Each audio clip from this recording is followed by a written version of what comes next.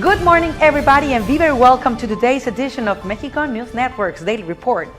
I am your host, Sofia Rattinger, broadcasting from El Dorado Royal Spa Resort by Charisma.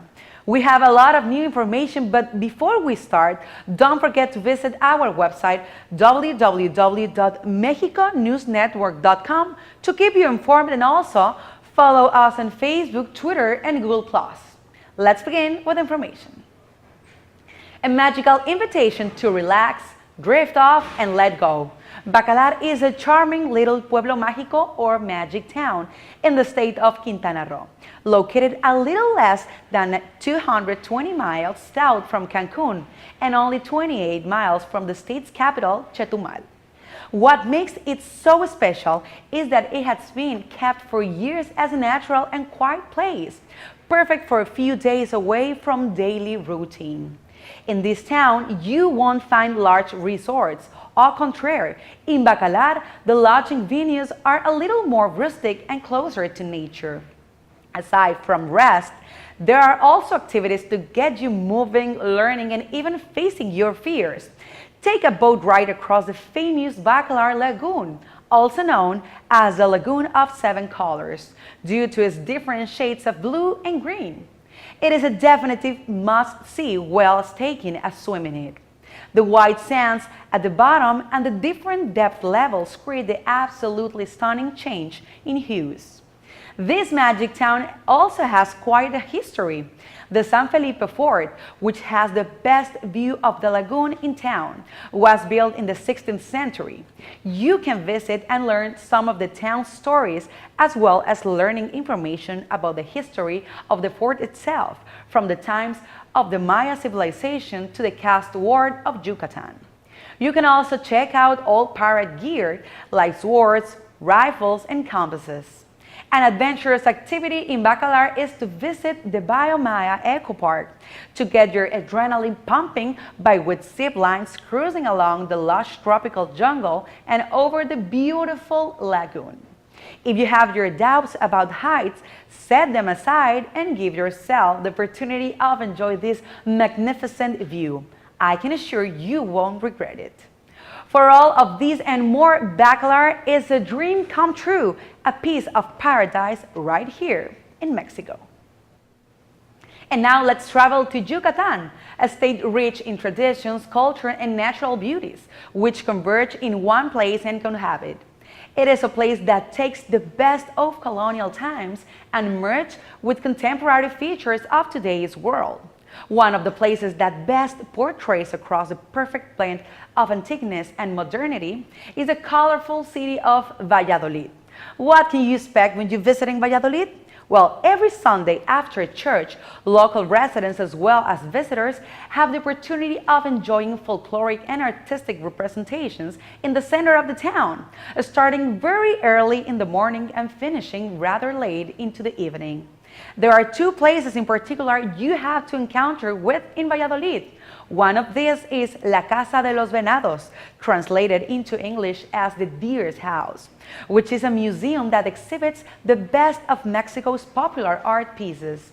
Another must-see is the Chocolate Factory in the city, where you will learn a lot regarding the traditional preparation of such sweet and delightful delicacy, considered once as the food of the gods by the Mayas. Just outside, about 15 minutes from the city by car, you will come across one of the world's greatest and most fascinating natural wonders. These are spectacular fluted caves and caverns that are filled with mysticism, magic, and charm. I'm talking about cenotes. There is one cenote in particular that I would like to speak of for a couple of minutes, called Jubicu, the Great Lord. It is located within the facilities of an eco park that goes by the same name, where you may enjoy an exquisite buffet meal with excellent service and the chance of preparing your own beverage in the Tequila Museum.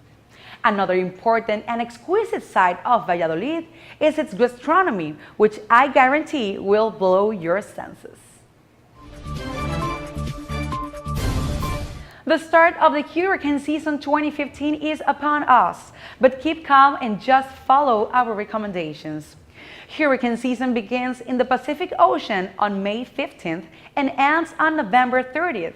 In the Atlantic Ocean, it begins on June 1st and also ends on November 30th. During these months, climate conditions propitiate a formation of tropical cyclones, which can escalate into hurricanes. A hurricane is a natural phenomenon characterized by a low-pressure center, strong winds, and heavy rain. These are classified in a scale from 1 to 5, where 5 is the most dangerous one. A hurricane cannot be avoided, but precautions can be taken in case we have to deal with a storm like this. For this case, technology is our best ally because these storms can be tracked down since their formation, giving experts enough time to release corresponding warnings: blue warning, tropical storm or minimum danger; green warning, low danger; yellow warning, moderate danger; orange warning, high danger; and red warning, maximum danger. As a visitor, it is recommended to follow every direction and guide issued by the Citizen Department of Defense or hotel staff. Every tourist facility or resort in Cancun and Riviera Maya are fully prepared for situations of the sort and usually have contingency plans in case of a disaster, which we must follow for our own safety. But first of all, it is very important to keep calm and stay informed on official reports. If the storm's trajectory shows it will be hitting the destination, authorities will evaluate which zones must be evacuated. Such as the coastal areas, in some cases, resorts are designed to resist this type of events. If not, authorities must transfer guests to an authorized shelter.